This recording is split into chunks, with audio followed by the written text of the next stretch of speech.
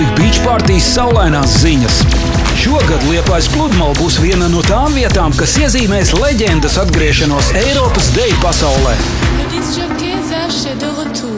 Līdz šim paspējis pārdot jau vairāk nekā 18 miljonus albumu visā pasaulē un iegūt 65 zelta un platīna balvas. 2010. gada pavasarī DJs un producents Sash ir atgriezies, lai piedāvātu savu jaunāko studijas albumu Life is a Beach. Šovasar Sash paredzējis uzstāties gan saulainajā Ibicā un Maljorkā, gan Londonas slavenajā O2 zālē un citos Anglijas klubos, un, protams, arī Baltic Beach Party jubilejas festivālā. Viens no Sash jauna albuma aktuālākajiem singliem ir saulainais All is Love, kurā dzirdam dziedātājs Džesijas skanīgā balss. Un nav ne mazāko šaubu, ka Sash uzstāšanās laikā pludmalē, ko savā jaunajā albumā viņš nodēvējis par savu dzīvi, skanēs viņa visu laiku populārākie skaņdarbi. Baltic Beach Party 2010 īpašais viesis, DJs un producents Sash. Mesdames, messieurs, le disc jockey Sash est de retour.